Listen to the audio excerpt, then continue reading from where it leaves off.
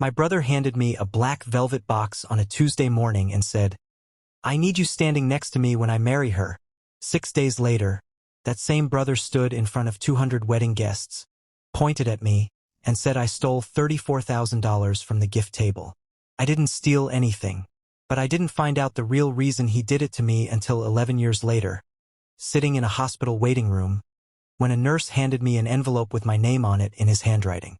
If you've ever been betrayed by someone who was supposed to love you the most, stay with me, because this story isn't really about money. It's about a secret that was never mine to carry, and a brother who chose to destroy me instead of telling the truth. My name doesn't matter for this story. What matters is that I had a brother named Daniel, 3 years older than me, and growing up, he was everything I wanted to be. Daniel was the one who got picked first in gym class. Daniel was the one teachers remembered by name years after he graduated. Daniel was the one my parents introduced first at family parties, like he was the headline and I was the footnote. I don't say that with bitterness. That's just how it was. And for most of my life, I was fine with it. I loved him. I looked up to him. When he broke his arm skateboarding at 14, I cried harder than he did. We weren't just brothers. For a long time, we were best friends. That started to change quietly, the way most important things do. Not with a single moment, but with a slow drift neither of us noticed until the distance was already there. He moved out for college. I stayed close to home. He built a life in another city. I built one 2 hours away. We still talked. We still showed up for birthdays. But something had shifted, and I didn't understand what until much later. Then he met Claire. I remember the first time he brought her home. She had this way of laughing that made the whole room relax. She asked me real questions, not the polite kind people ask when they're waiting for their turn to talk, but the kind where she actually listened to the answer. I liked her immediately. I think, if I'm honest, everyone did. 2 years later, Daniel called me at 11 at night, practically shouting into the phone. "I'm gonna do it. I'm gonna ask her." I remember standing in my kitchen, grinning so wide my face hurt, telling him I was happy for him. And I meant it. Completely. A few months after the engagement, he drove out to see me. We sat on my back porch with 2 beers we barely touched, and he pulled a small velvet box out of his jacket pocket. Not a ring box, a cufflink box, the kind you give to someone standing beside you at the altar. "I need you standing next to me when I marry her," he said. "You're my best man. There's nobody else it could be." I'm not going to pretend I didn't get emotional. I did, because in that moment, it felt like all that distance between us had just closed up. Felt like we were kids again, and he still saw me the way I saw him. I spent the next several months doing everything a best man is supposed to do. I helped plan the bachelor party. I gave a toast at the rehearsal dinner that made his future mother-in-law cry. I picked up his tux from the tailor when his own schedule got too packed.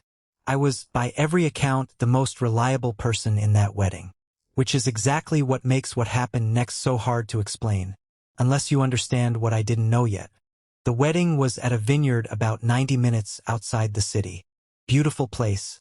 String lights over the reception tent, rows of grapevines running out toward the hills. I got there before sunrise to help set up, because that's what you do when your brother asks you to be his best man. You show up early. You carry the folding chairs. You make sure the guy playing the ceremony music has the right playlist. Somewhere around 9 in the morning, there was a gift table set up near the entrance to the reception tent. Cards, small wrapped boxes, and an envelope box for cash gifts, which is fairly common at big weddings. Claire's mother had mentioned, more than once, how much cash was expected to come in. Family friends, business associates of Daniel's father. It added up. Somewhere between $30,000 and $35,000 all told, by the time the reception really got going. I want to be clear about something. I never touched that gift table. Not once. I didn't handle the envelope box, I didn't know the count, and I had zero reason to. I had my own job that day, keeping my brother calm, keeping the rings safe, making sure the groomsmen were where they needed to be. The ceremony happened. It was beautiful. Claire cried walking down the aisle, and so did I, honestly. For about 90 minutes, everything was exactly as perfect as a wedding is supposed to be. Then, during the reception, right after the first dance, Claire's mother went to check on the gift table and found the cash envelope box sitting open. Empty. I remember the moment the whisper started moving through the tent like a current. I remember Claire's face going white. And then I remember Daniel, my brother, the man I had just watched marry the love of his life 2 hours earlier, walking straight toward me in front of everyone.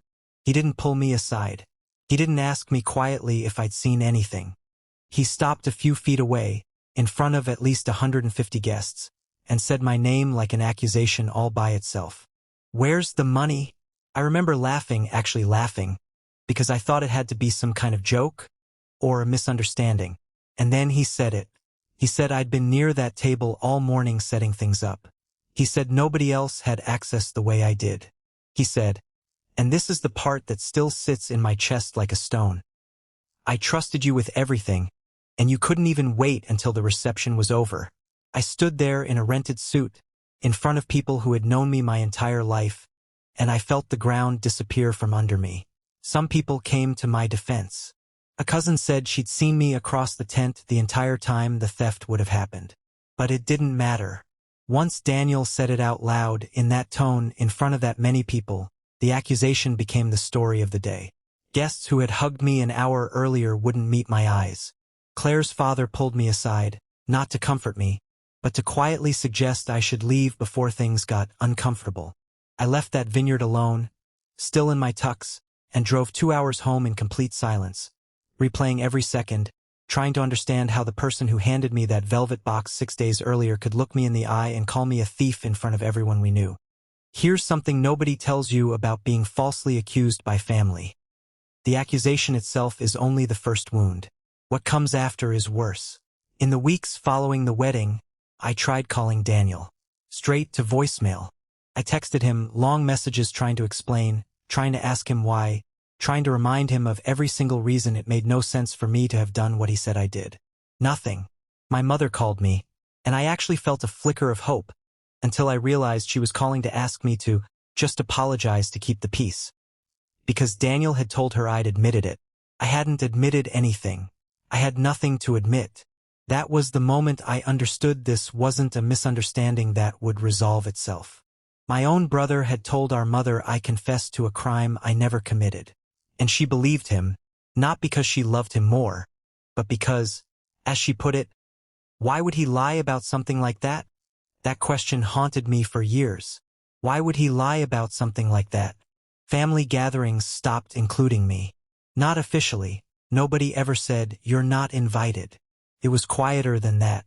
I'd hear about Thanksgiving after it happened. I'd find out about my niece's birthday from a photo online.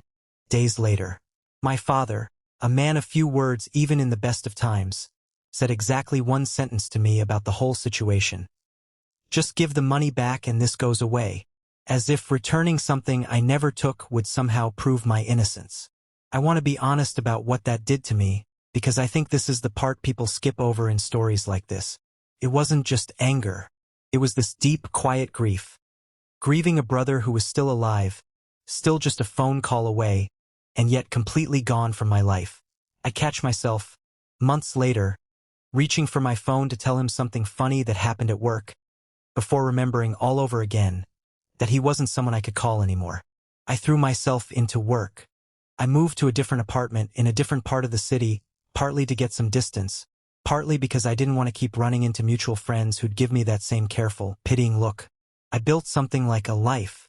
I made new friends who had no idea any of this had happened, which was, strangely, a relief. Being around people who saw me simply as myself, and not as the brother who stole from the wedding. But underneath all of it, for years, there was this unanswered question sitting like a splinter. Not how could he do this to me? I'd made a kind of peace with the fact that he had. The question that never stopped itching was why. Daniel wasn't a cruel person. Whatever else was true, I'd never known him to be cruel. So something about the theory that he simply decided on his wedding day to ruin his own brother's life for no reason, it never sat right with me. There had to be a reason. I just didn't have it. I got that reason 11 years later. And when I did, I understood that the version of events I'd been living with, the villain I'd built him into in my head, wasn't the whole truth. It was worse, in a way, and it was sadder than I ever expected. 11 years is a long time. Long enough that when I got the call that Daniel had collapsed at work and was in the hospital, my first feeling, God help me, was not fear. It was distance, like hearing about a stranger. But something pulled me there anyway. Maybe it was our mother's voice on the phone, cracking in a way I hadn't heard since our father passed. Maybe it was just the plain fact that no matter what had happened, he was still my brother. And there's a pull to that word that doesn't fully disappear even after everything. I sat in that hospital waiting room for 6 hours. Nobody talked much. At some point, a nurse walked over holding a sealed envelope with my name, written across the front in handwriting I hadn't seen in over a decade but recognized instantly. "He asked me to give you this," she said, "in case he didn't wake up before you got here." He did wake up eventually, but I read that letter before I saw him, sitting alone in a plastic chair in a hallway that smelled like antiseptic and burnt coffee. The letter explained everything. 2 weeks before the wedding, Daniel had gotten a call from a man neither of us had ever met, a business partner of Claire's father, involved in a deal that, as it turned out, was built on money that didn't belong to him. Claire's father was in serious debt, the kind involving people who don't send polite reminder letters. He'd been quietly pulling from the wedding funds, the very cash that guests would be gifting at that reception, to cover part of what he owed, and he needed a way to explain a shortfall without it tracing back to him. Daniel found out 3 days before the wedding. He found out that Claire's father intended to blame whatever difference showed up in that gift box on someone else. Anyone else, the moment the money didn't add up. And Daniel, faced with the choice of exposing his soon-to-be father-in-law 2 days before his own wedding and destroying Claire's family in the process, or finding some way to contain it, made a decision I still don't fully know how to feel about. He picked me, not because he thought I'd done anything, not because he doubted me for a second, but because, in his own words in that letter, he knew I was the one person whose life could survive being falsely accused, the one relationship he thought could eventually be repaired, unlike a marriage that hadn't even started yet or a family that would have shattered publicly before the first dance.